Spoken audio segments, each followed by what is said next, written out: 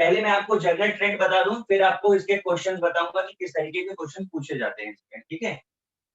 यहाँ पर हमें पोलराइजेशन लिखा है मैंने, आयनिक नेचर का ऑर्डर है, कोवेलेंट ऑर्डर है, सेलिबिलिटी इन वाटर है, सेलिबिलिटी इन ईथर है और मेल्टिंग पॉइंट है। इतने प्रॉपर्टीज को हमें कंपेयर करना है यहाँ पे, ठीक है। अब आप जरा ध्यान से देखिए कि हम इसमें से फैक्टर किसको बनाए। तो हम पहले एनाइन को देखते हैं। एनाइन तो कॉमन है सब में एक्स एक्स एक्स है। एनाइन पे चार्जेस देखें हम, तो एनाइन के चार्जेस भी कॉमन है। अब हम कैटाइन के चार्जेस चेक करते हैं, तो कैटाइन के चार्जेस भी कॉमन है। तो बचा कौन सा फैक्टर, साइज ऑफ कैटाइन। तो साइज ऑफ कैटाइन क्या हो रहा है, डाउन द ग्रुप, इंक्रीज या decrease, increase increase. Increase.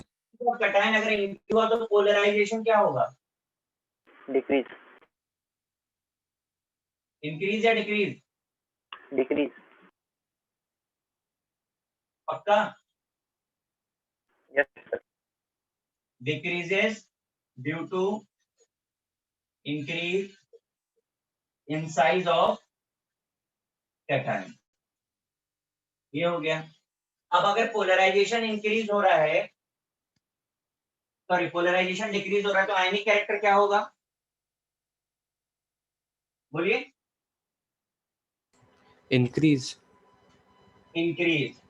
Covalent character क्या होगा, तो कोवेलेंट तो पोलराइजेशन डिसाइड करता था, क्या होगा, decrease. Decrease. Solubility in water कौन डिसाइड करता था, पोलर सॉल्वेंट यानी आयनिक कैरेक्टर, क्या होगा, इंक्रीज। इंक्रीज तो कौन डिसाइड करेगा, कोवेलेंट, डिक्रीजेस। मेल्टिंग पॉइंट कौन डिसाइड करता है, आयनिक कैरेक्टर, तो इंक्रीज। समझ में आया भाई, यस सर। चलिए कॉपी। सर सेकंड वाला क्या है, solubility in? Solubility in ether, ether ETHER organic compound है।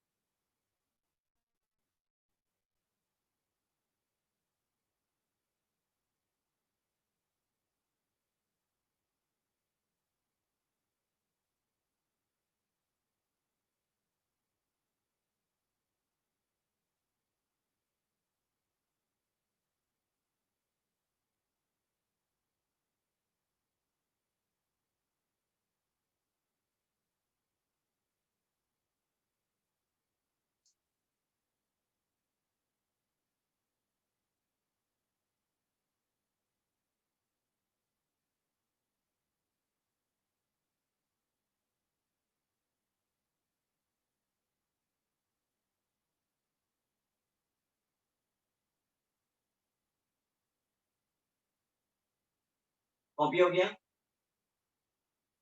हाँ नहीं सर। सर। सर एक मिनट।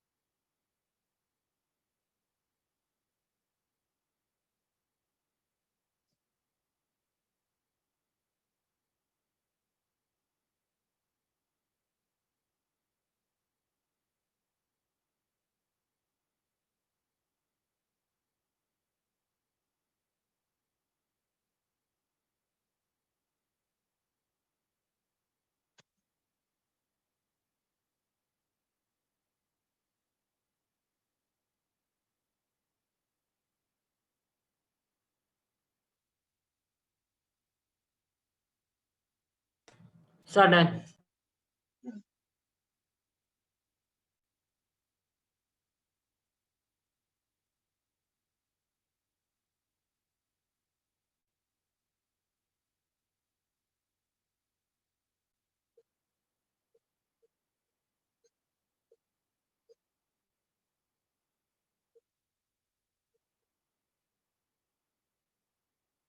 मैंने क्वेश्चन लिख दिया है।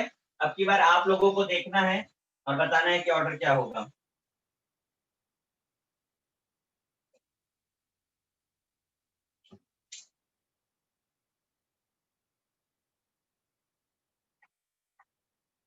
कौन सा फैक्टर यहाँ पर वैलिड होगा? Size of atom. anion size,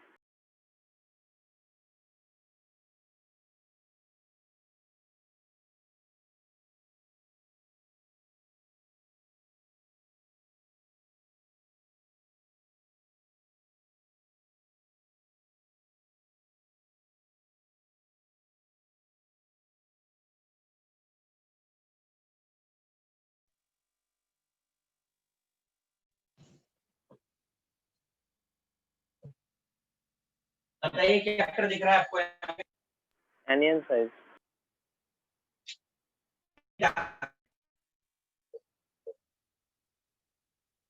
तो पोलराइजेशन क्या होगा, इंक्रीज की डिक्रीज?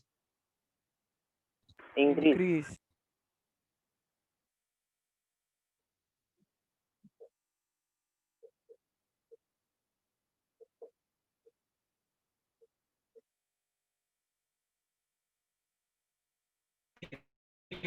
Size of anion. तो आयनिक कैरेक्टर क्या होगा?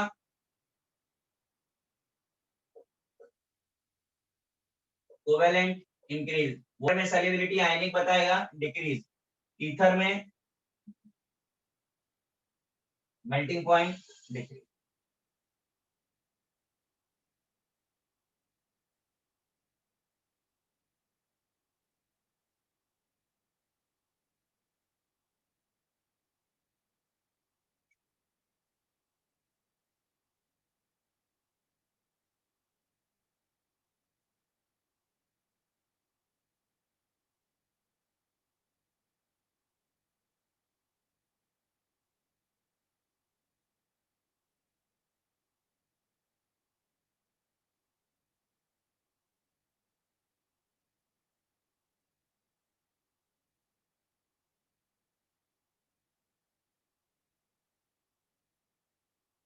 Sir, हो गया कॉपी.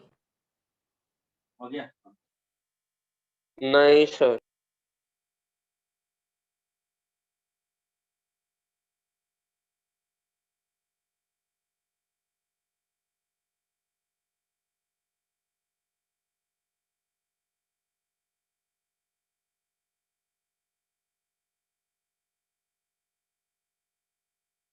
आप लोगों का एच बॉन्डिंग करा दिया था मैंने? नहीं sir, मैं इरेज कर रहा हूँ इसको।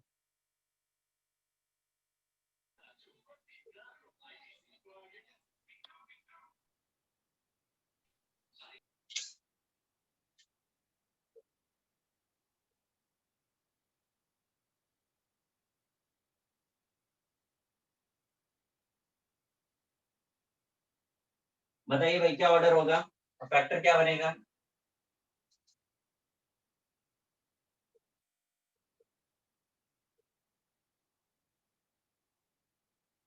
फैक्टर क्या है?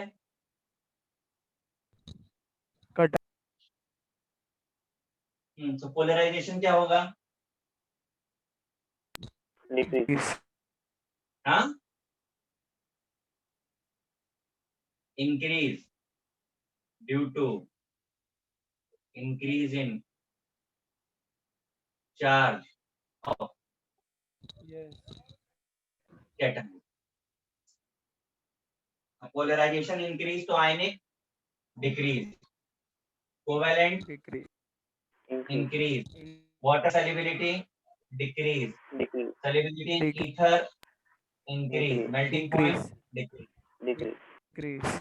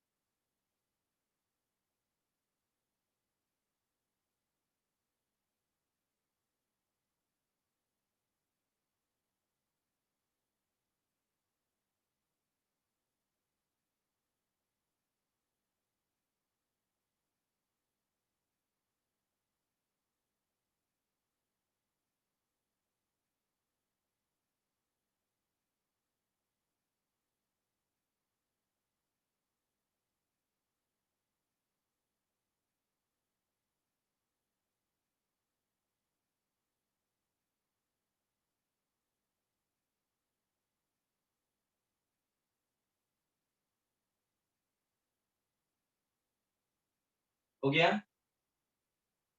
सर 1 मिनट एक।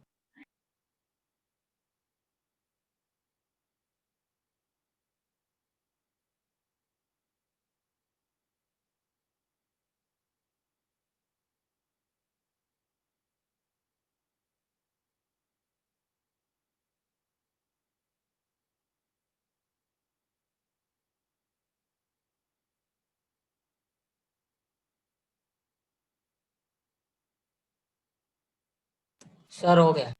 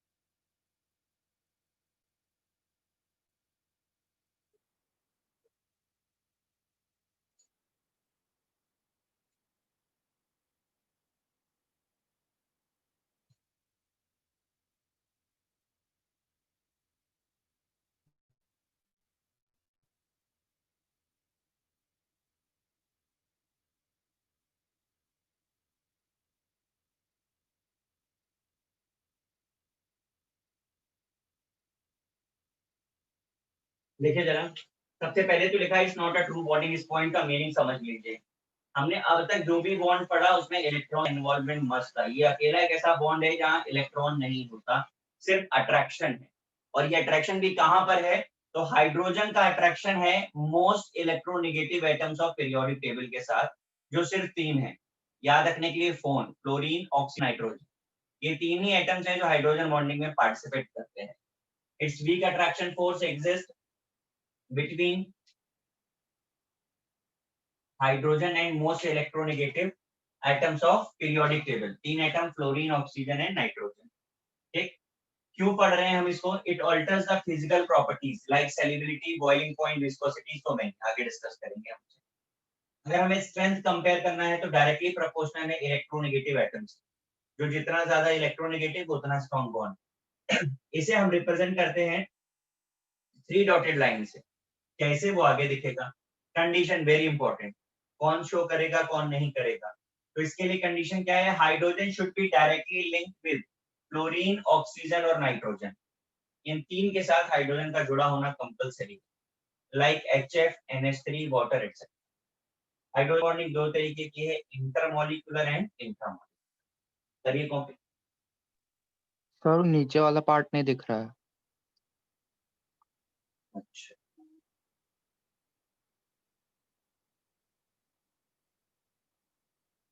हाँ सर अब दिख रहा है।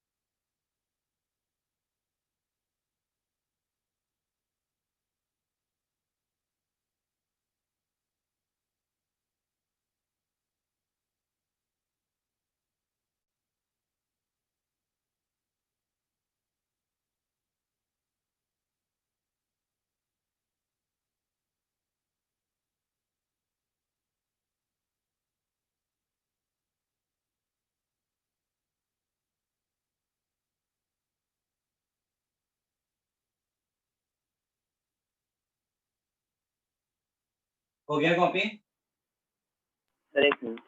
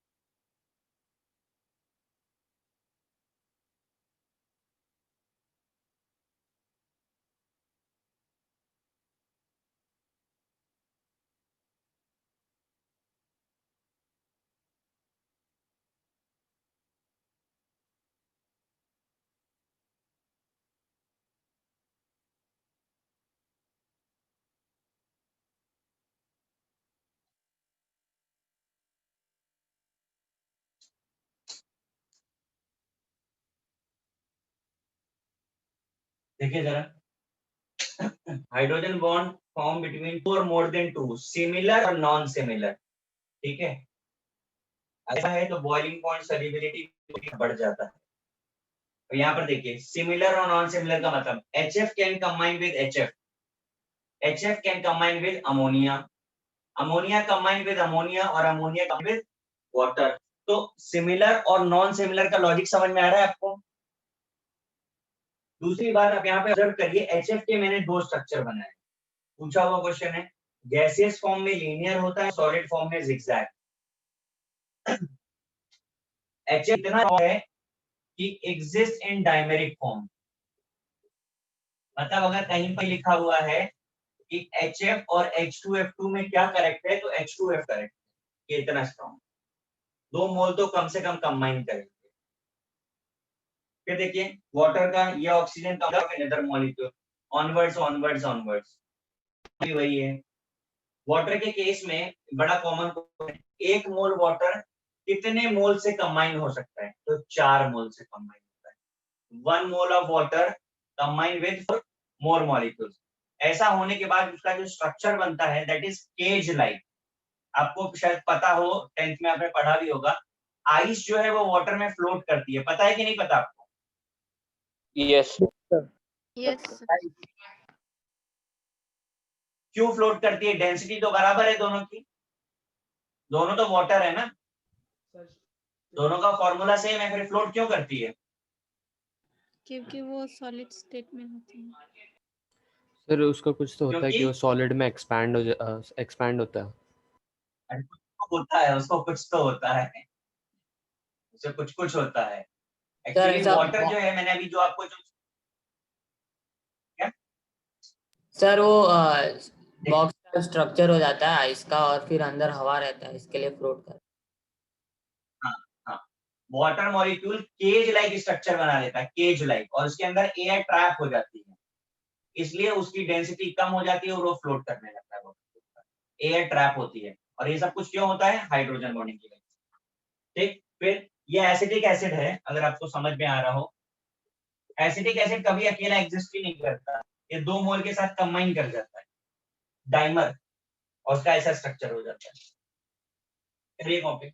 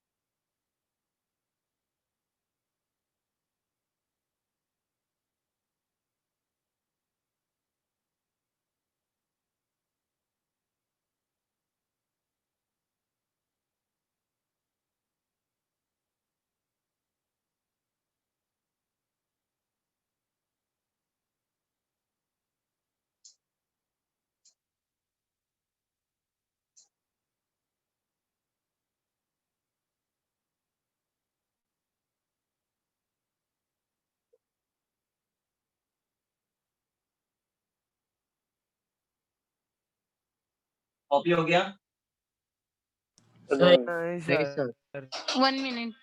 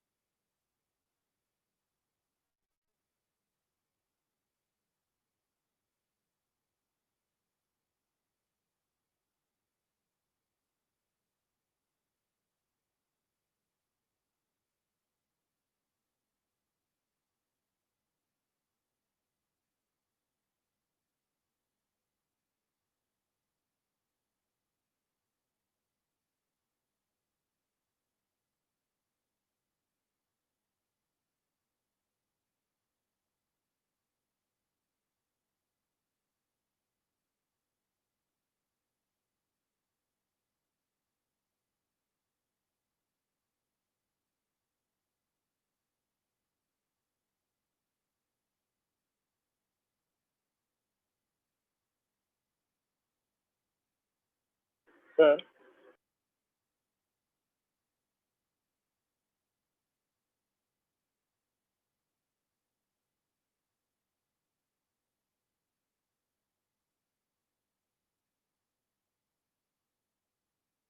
हो गया सबका?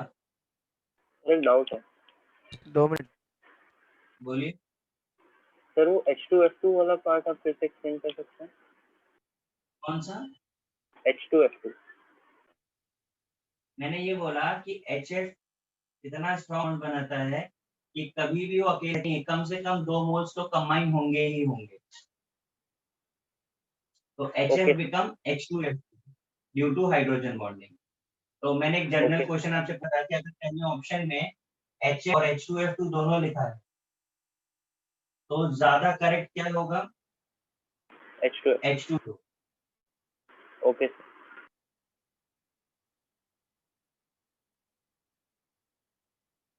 मैं इरेज कर दूं?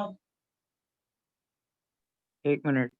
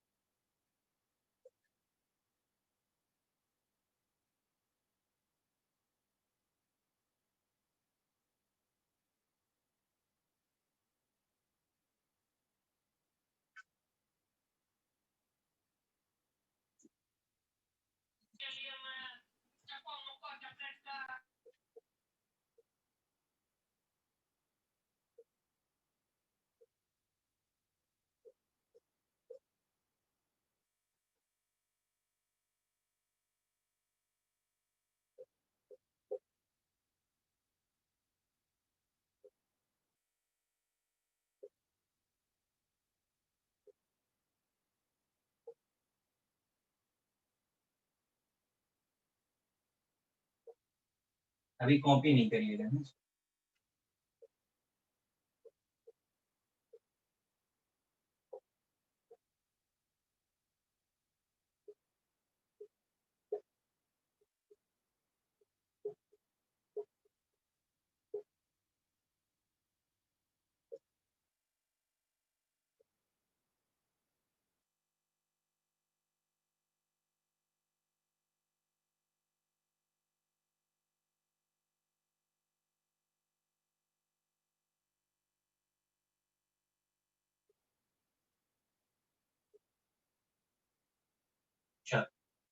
ध्यान से देखो,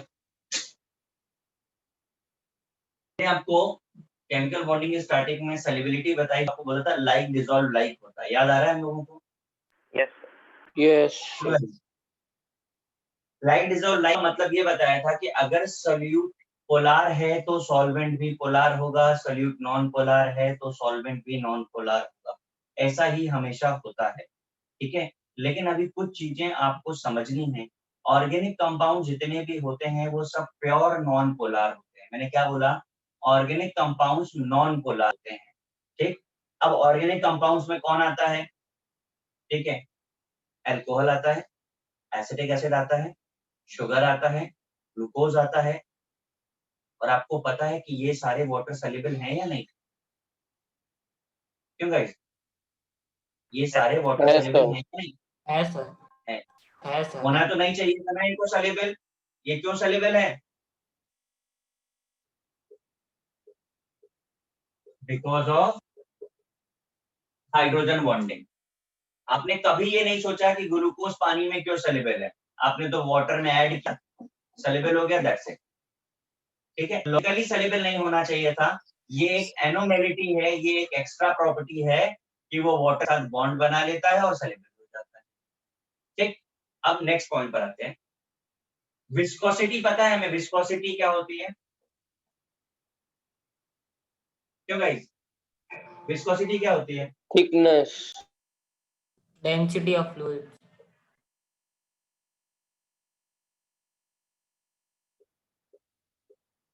ये होती है विस्कोसिटी, मतलब friction between layers of liquid, ठीक है। आप वाटर को और ऑयल को दोनों को फ्लो करा दीजिए, कौन फास्ट फ्लो करेगा?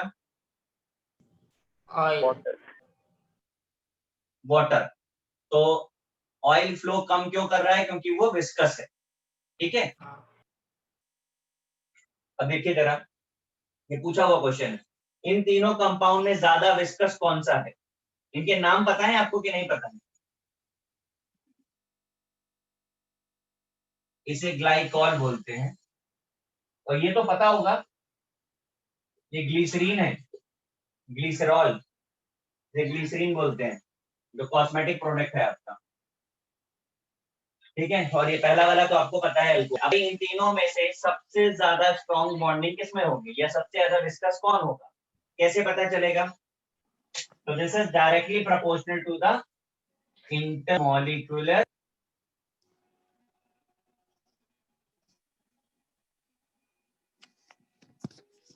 Hydrogen bonding.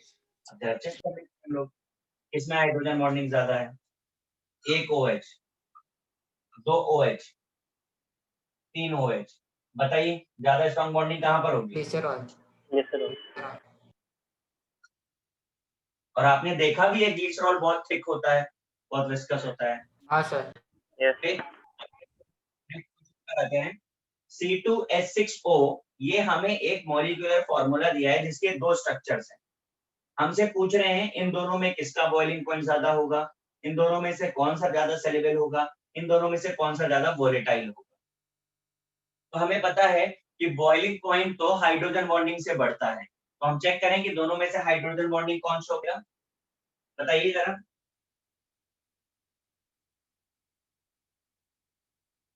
हाइड्रोजन बॉन्डिंग कौन शो सर करेगा? पहला वाला हम्म, अल्कोहल क्यों पहला वाला?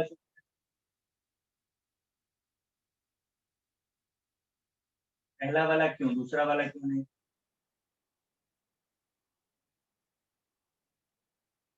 कैसे पता चल रहा है आपको? तो देखिए कंडीशन क्या थी, हाइड्रोजन से जुड़ा हुआ ऑक्सीजन होना चाहिए, इसके पास है, तो कौन ज्यादा बॉइलिंग पॉइंट किसका होगा? इसका मैक्स। कौन सा लेवल होगा? ये मैक्स। अब वोलेटाइल कौन होगा, बताएंगे? Volatility is inversely proportional to viscosity. अगर ज्यादा विस्कस होगा तो वो वोलेटाइल नहीं हो सकता, तो ज्यादा वोलेटाइल कौन सा होगा इनमें से, बोलिए। अरे गाइस बोलेंगे?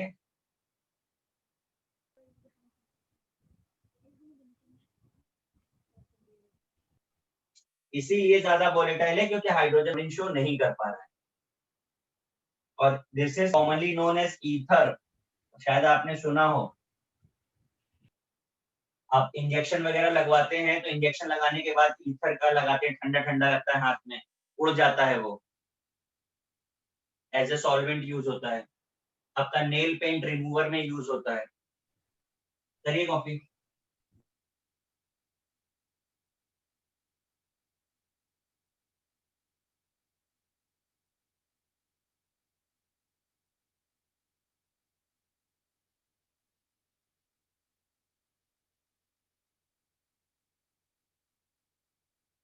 सर वो C2H5OH के बाजू में क्या है? C2H6 C2H5OH max. C2H5OH वो सॉल्युबिलिटी में हाँ क्या है वो? मैक्स लिखा है, मैक्स। सर वो एकदम ये कह रहे हो? नहीं, ऊपर ऊपर solubility, solubility first point sir, first हाँ पॉइंट ये सबसे ऊपर। यहाँ हाँ सर, एप्लीकेशन। नहीं सर, अरे सॉल्युबिलिटी हाँ तो उसमें ऑफ NH3CH3 अमोनिया। तुमको ये नहीं समझ में आ रहा है ये क्या है? सर नहीं, ये ये समझ गया, C2H5OH के बाजू हाँ में वो एकदम ये ब्लर नहीं हो पता रहा है है तुमको क्या कैमरा। है? सर वो कैमरा ब्लर हो रहा है, दिख अच्छा रहा है। अच्छा, ये कंपाउंड ब्लर होता है, यूरिया। यूरिया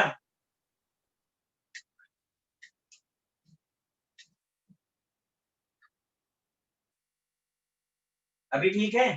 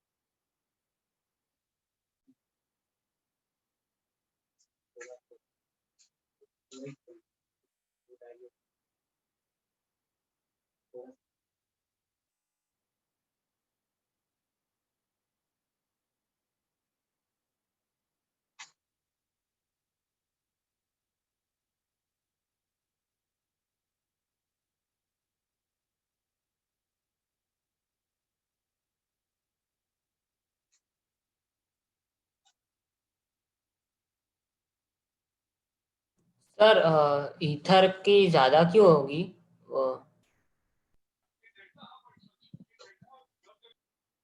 हो गया?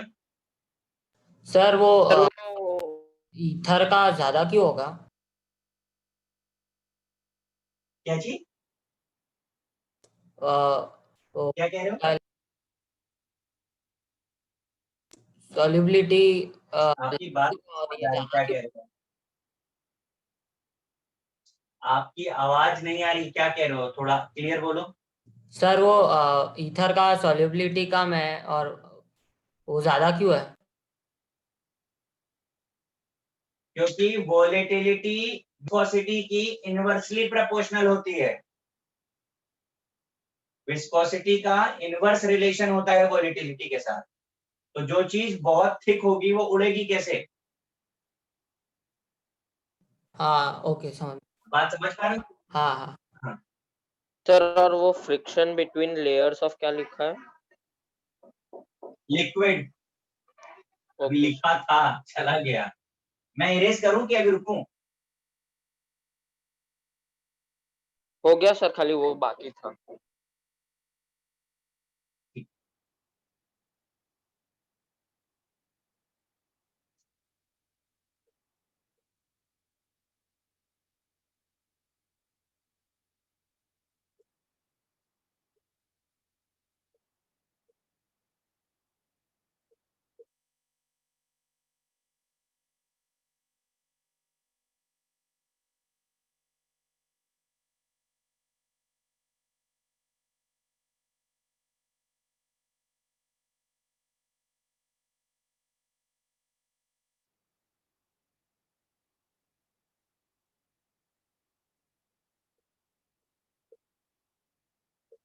देखिए जरा, boiling point down the group increase होता है, इसके according ammonia should be least, वो should be least, HF should be least. अगर इंक्रीज होता है तो ऐसा ही होना चाहिए, but because of hydrogen bonding ammonia comes here, water comes here, HF comes here.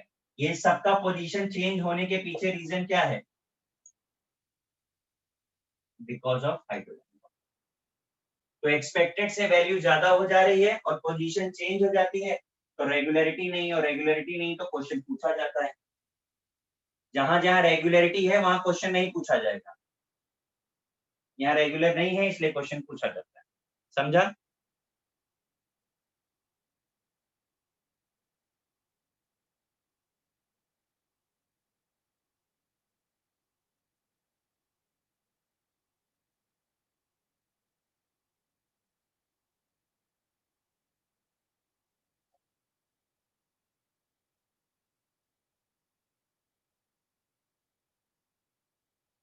अभी भी इमेज ब्लर है क्या? हाँ कभी ब्लर थोड़ा होता है, बहुत है कभी सर। वापस हो जाता मैं क्या करूं, एक बार लीव के कनेक्ट हूं क्या? सर क्लियर है। सर वीडियो का रेजोल्यूशन बढ़ा दो ना। है। सर चलेगा। सर चलेगा।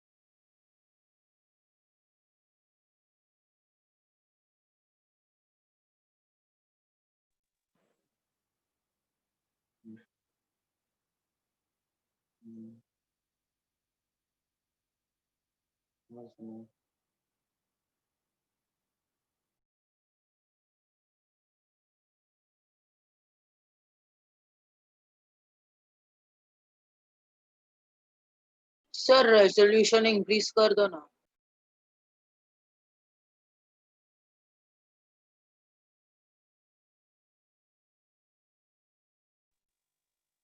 क्या बोल रहे बेटा? सर रेजोल्यूशन हाँ, इंक्रीज होता है तो कर दो। इसकी दम से ज्यादा हो चुका है, इससे ज्यादा दमदार नहीं है। अभी ठीक हुआ कुछ नहीं पहले से। हाँ सर ठीक हुआ उससे। बेचारा कैमरे की पावर से ज्यादा हो गया उसके ऊपर लोड, इतना उसने सोचा नहीं था ना। हटाना होगा। सर बाकी है सर। नहीं हुआ सर। करो करो। सर क्लियर है।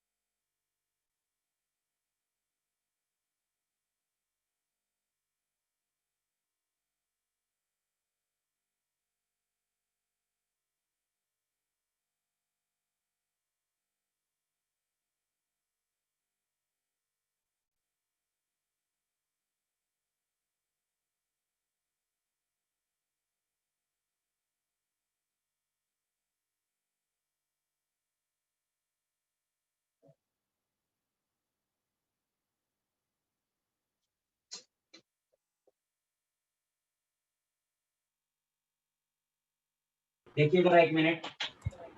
Hydrogen bond form with in a molecule. अब की बार एक से ज्यादा नहीं है, सिर्फ एक ही मोल के साथ कंबाइन होगा और वो खुद ही होगा आपस में ही। स्ट्रक्चर के अंदर ही बॉन्ड बनेगा, बाहर से कोई भी मोल नहीं कनेक्ट होता। With in a molecule, mostly in ortho derivative. Ortho बोलते हैं बेंजीन रिंग में अगर एडजेसेंट पोजीशन पर दो मेंबर होते हैं। ठीक। दूसरा, responsible for decrease in solubility volume, पर जो जो वहां पे पढ़ा था यहाँ पे डिक्रीज हो जाता है। हम लोग डाइपोल मोमेंट पढ़ चुके हैं कि नहीं? क्यों गाइस? Yes sir. हाँ, तो आपको डाइपोल मोमेंट में देखो, ऑर्थो मैंने बताया था 60 डिग्री पे अगर प्लेस्ड होते हैं। याद आया? करिए कॉपी।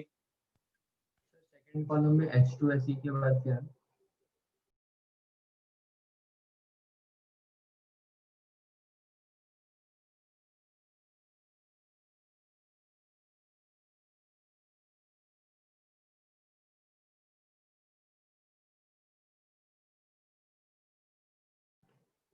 सर सेकंड कॉलम में लास्ट वाला क्या है?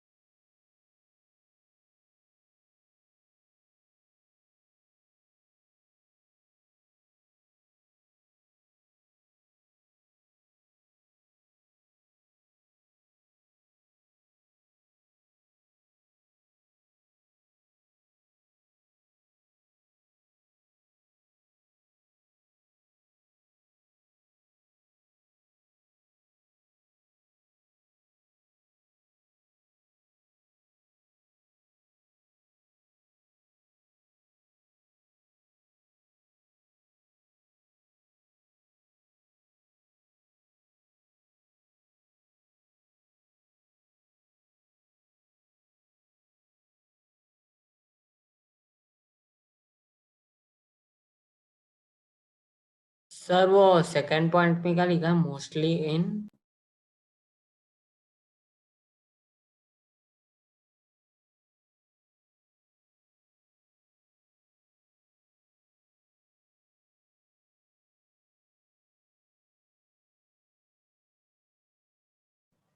Hello sir.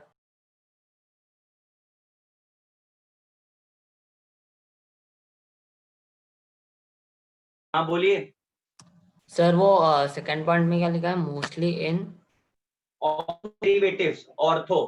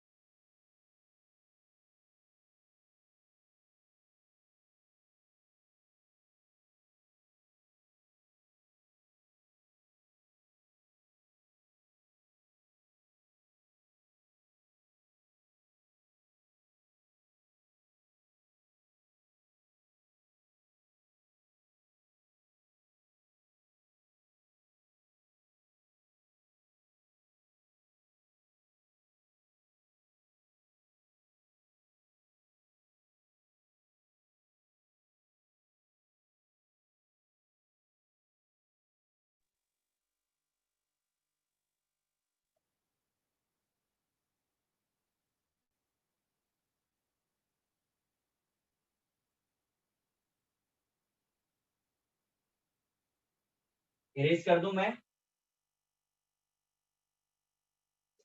Yes sir. Yes sir.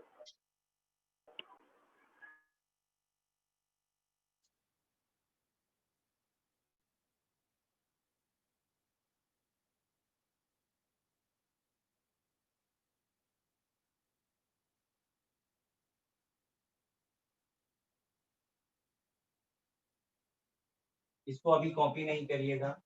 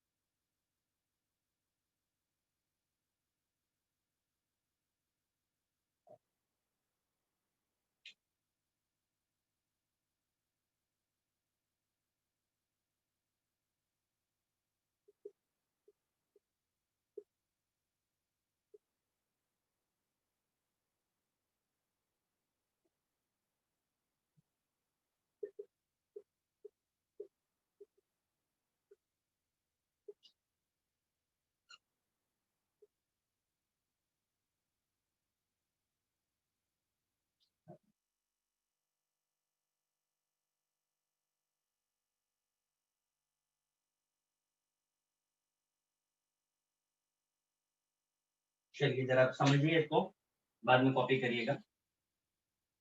Case 1, जब भी हमें बॉन्ड एंगल कंपेयर करना है तो हमारे पास हमें फैक्टर को समझना पड़ेगा कि फैक्टर क्या है। सबसे पहले बाय द हाइब्रिडाइजेशन, मतलब हम इन तीनों के हाइब्रिडाइजेशन पहले निकाल लें। CO2 का हाइब्रिडाइजेशन, BCl3 का, Sp2, CH4 का, Sp3। हमने तीनों का हाइब्रिडाइजेशन निकाल दिया। अब हमको पता है कि Sp एंगल है तो 180 डिग्री होता है, Sp2 है तो 120 होता है और Sp3 है तो 193.8। ठीक है, तीनों बॉन्ड एंगल अलग अलग होते हैं। हमको पता चल गया यहाँ से कि सबसे ज्यादा Sp है, फिर Sp2, फिर Sp। सबसे इजीएस्ट क्वेश्चन ये बनता है। अब प्रॉब्लम यहाँ से शुरू होती है जब हाइब्रिडाइजेशन जो है सेम हो जाए। तो नेक्स्ट केस में लिखा है व्हेन हाइब्रिडाइजेशन इज सेम।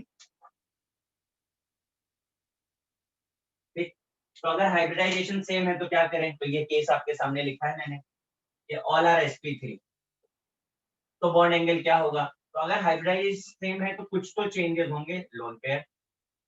तो अगला ट्रिक क्या है हमारे पास कि bond angle is inversely proportional to number of lone pair.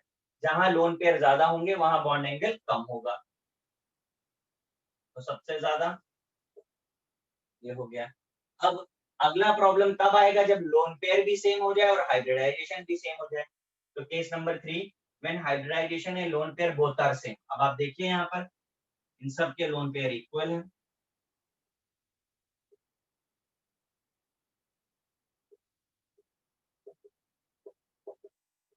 तो ऐसे में हम किस फैक्टर को अप्लाई करें, तब हमको क्या देखना पड़ेगा, सेंट्रल एटम देखना पड़ेगा। तो bond angle is directly proportional to the electronegativity of central atom. अब देखिए जिसका जितना ज्यादा इलेक्ट्रोनेगेटिविटी उसका उतना ज्यादा बॉन्ड एंगल। ये हो गया। ठीक, अब और बड़ी प्रॉब्लम हो जाए जब सेंट्रल एटम भी सेम हो जाए। तो next case when hybridisation lone pair and central atom all are same, refer to electronegativity of side atom.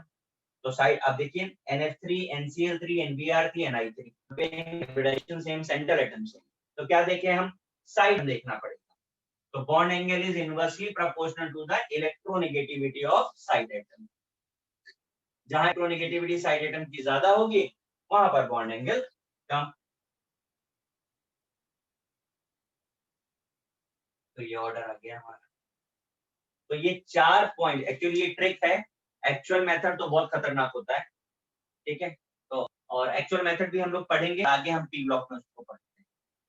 चलिए कॉपी।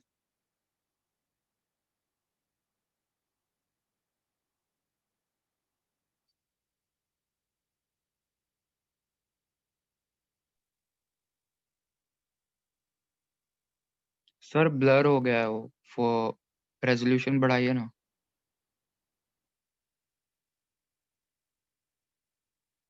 अभी सर अभी भी सेम। अभी कुछ ठीक हुआ भाई? नहीं यस सर, फिर से नहीं मैं सर, लीव ब्लर करूंगा, नहीं दिख रहा। केवल लीव करके हमें दिख रहा है। है। कोई कह रहा हुआ है कोई, तो भाई पर्सनल नेटवर्क चेक करिए आप लोग। तो नेटवर्क सही है। सर हमें तो ब्लर नहीं बाकी लोगों का भी तो सही आ रहा है, आपको ही ब्लर क्यों हो रहा है? सर अब हुआ क्लियर।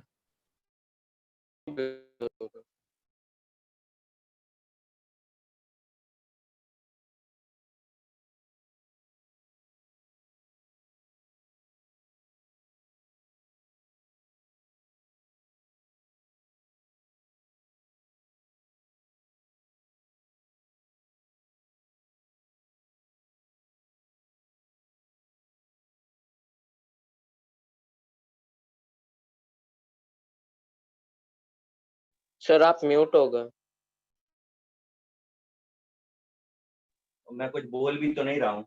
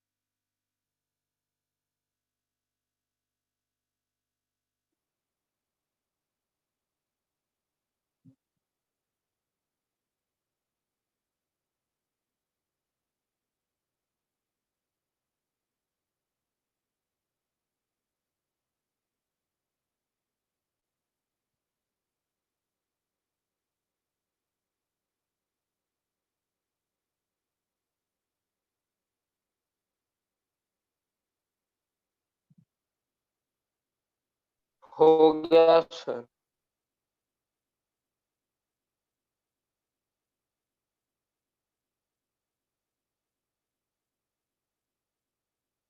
हाँ हो गया, कर दो arrays.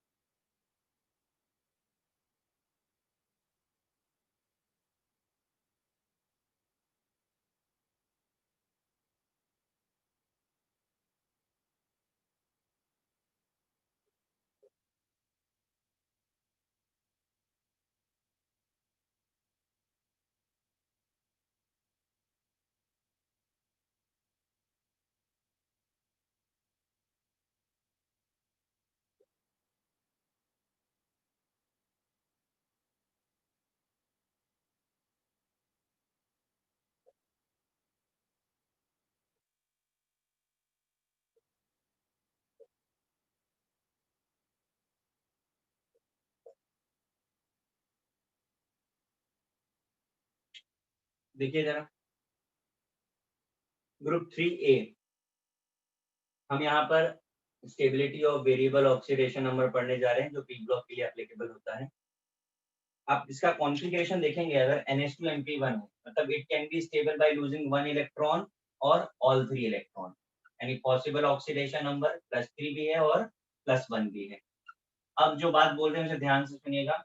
Stability of higher oxidation number, जो नंबर बड़ा है उसकी स्टेबिलिटी डिक्रीजेस, और जो नंबर छोटा है उसका स्टेबिलिटी इंक्रीजेस। अब इसका लॉजिक क्या है, क्या कैसे अप्लाई होगा?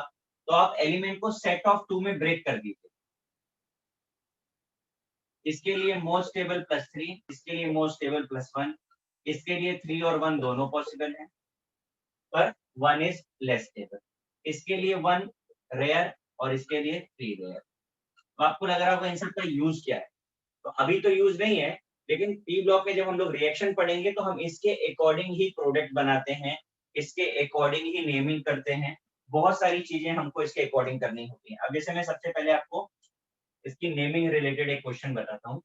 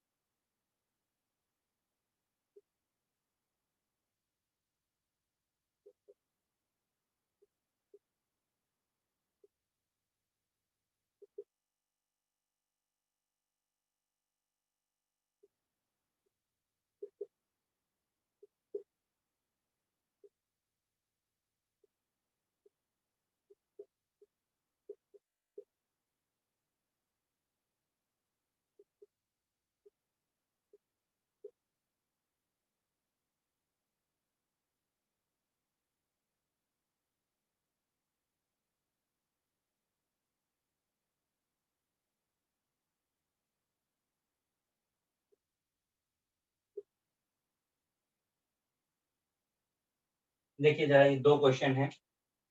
पहले मैं आपको करेक्ट स्टेबिलिटी ऑर्डर बताइए क्या correct stability order?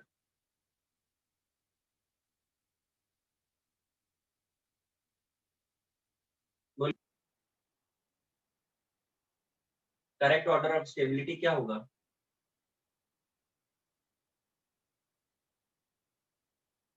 Guys,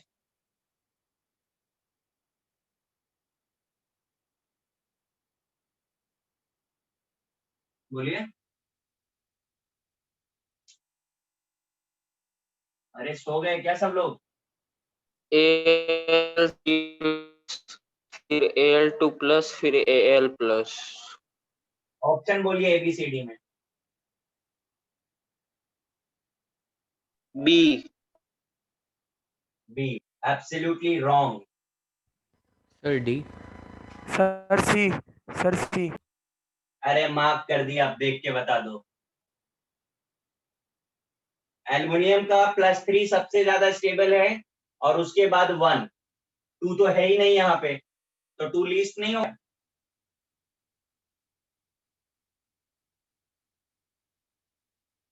next question देखिए, ये एमसीक्यू है मोर देन। आपको बताना है इसमें से इनकरेक्ट नेमिंग किसकी है, कौन सा नाम इनकरेक्ट लग रहा है। Aircel, aluminium monochloride, sir A. Dichloride, dichloride and chloride, कौन सा इनकरेक्ट है, कौन कौन सा इनकरेक्ट है एक्चुअली। ए। डी इनकरेक्ट है। बाकी के ए लोग और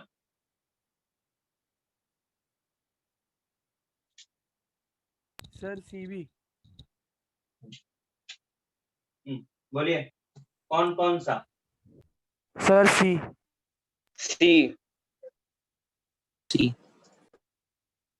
करेक्ट आंसर है सी। रूल क्या होता है नेमिंग का सुन लीजिए, जिसका जो नंबर स्टैंडर्ड होता है, स्टेबल होता है, वो नंबर डिफाइन नहीं किया जाता। एल्युमिनियम का 3 इज मोर स्टेबल, तो no need to write tri. मैंने क्या कहा समझ में आया ना, जो नंबर स्टेबल होगा उसे नहीं लिखा जाता। 3 स्टेबल है, so no need to write tri. Is it.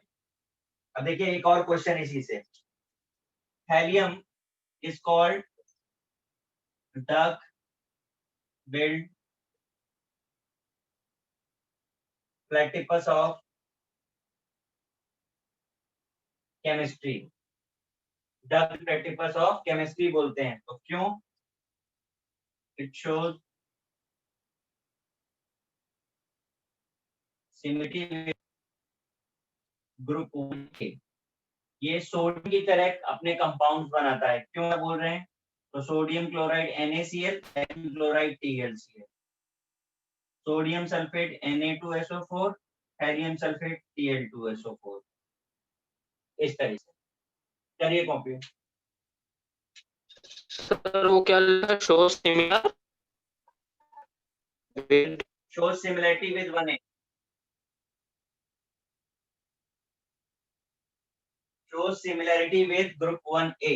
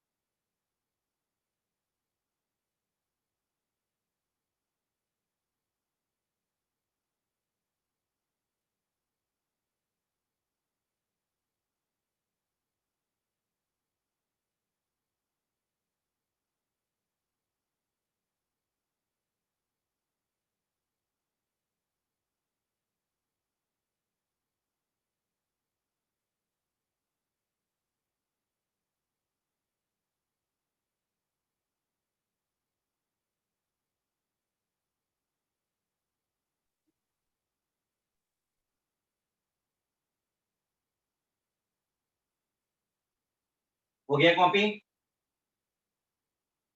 Sir एक मिनट।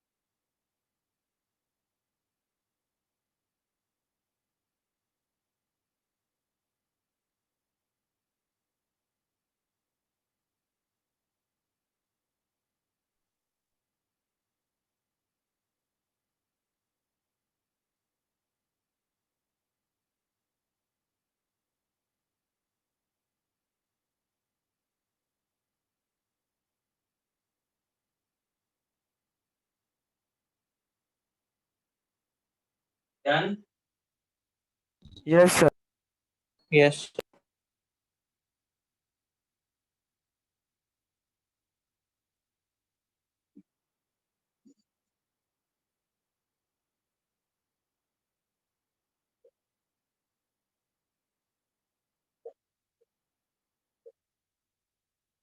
देखिए, NH2 NP2 कॉन्फ़िगरेशन है, it can be stable by losing +4 और 2 इलेक्ट्रॉन्स। तो पॉसिबल ऑक्सीडेशन नंबर 4 और 2 हो गया। अब स्टेबिलिटी की बात करें तो हायर नंबर की स्टेबिलिटी क्या है? डिक्रीज होती है, और लोअर नंबर की स्टेबिलिटी क्या होती है? इंक्रीज होती है। ठीक, अब इसे भी उसी तरीके से सेट ऑफ 2 में ब्रेक करो। ऊपर वाले के लिए मोस्ट स्टेबल 4, नीचे वाले के लिए मोस्ट स्टेबल 2, बीच वाले पे 4 एंड 2 बोथ। इसके लिए 2 रेयर और इसके लिए 4 वेरी रेयर। हो गया।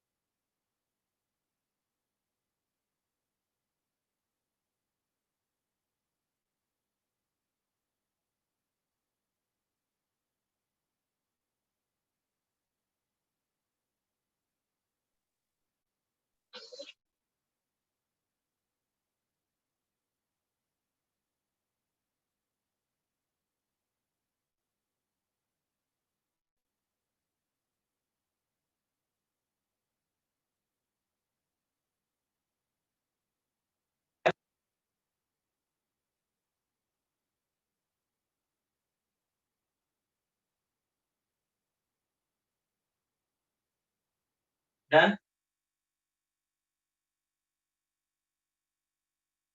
Yes sir.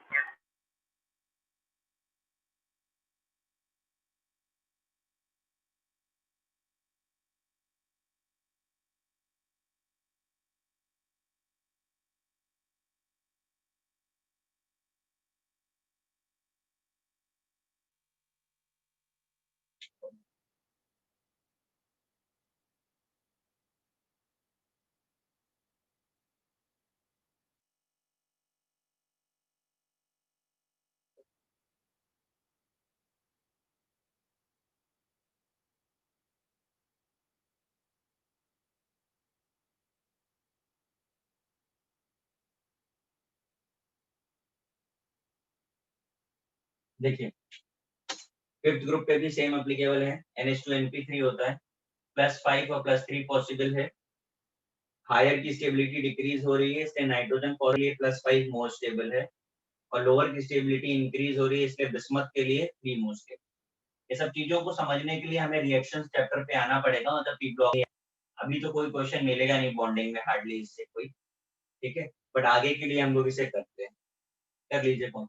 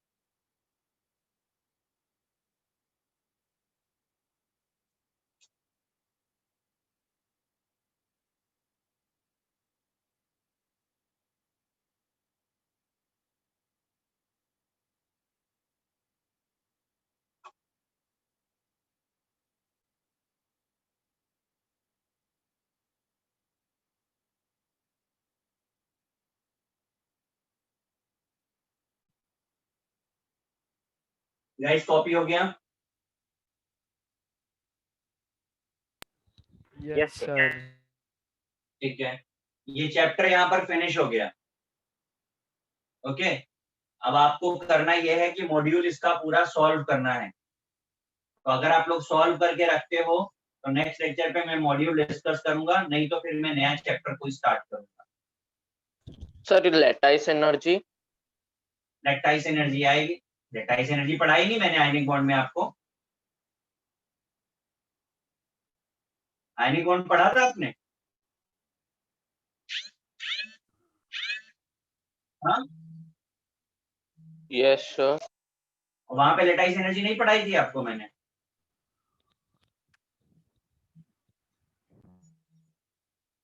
बोलिए,